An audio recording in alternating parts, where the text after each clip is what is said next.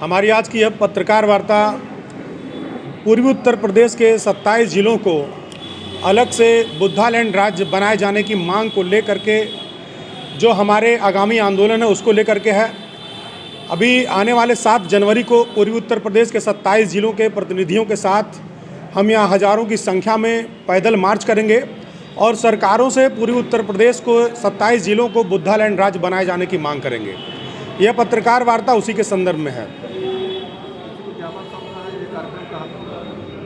देखिए, सबसे पहले तो यह जानना जरूरी है कि हम ऐसा क्यों कर रहे हैं, ये मांग क्यों कर रहे हैं। अभी डीएमके, तमिलनाडु डीएमके के नेता दयानिधि मारन ने 10 दिन पहले एक बयान दिया कि यूपी और बिहार के लोग हमारे यहाँ टॉयलेट साफ करने आते हैं, सड़क पर झाड़ू लगाने के लिए आते हैं। वो ऐसा इसलिए कह पा रहे हैं क्योंकि यूपी, खास करके पूर्वी उत्तर प्रदेश और बिहार के लोग अन्य प्रदेशों पर निर्भर है रोजगार के लिए, शिक्षा के लिए, चिकित्सा के लिए।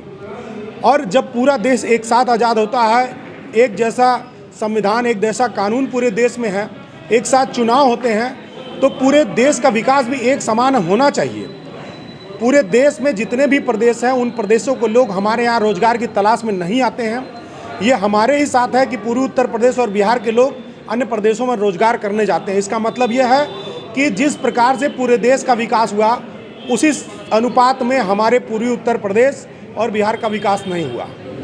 आज़ादी के बाद से ही अलग राज्यों की बात, छोटे राज्यों की बात हुई थी। उत्तर प्रदेश को 5 भागों में विभाजित करके छोटे राज्य बनाने थे, जिसमें से सन 2000 में उत्तराखंड अलग हो गया।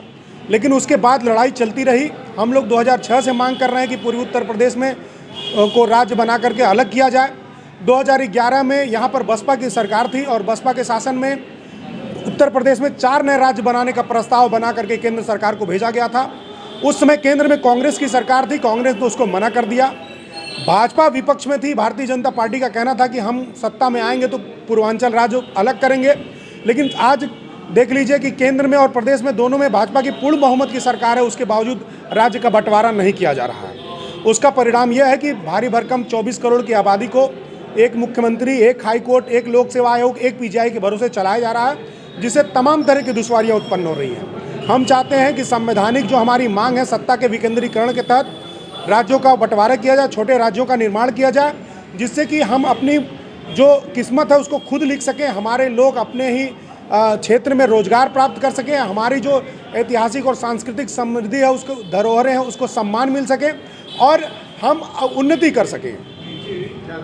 मेरा नाम धीरेन्द्र प्रताप है, मैं अध्यक्ष हूँ पूर्वांचल सेना का।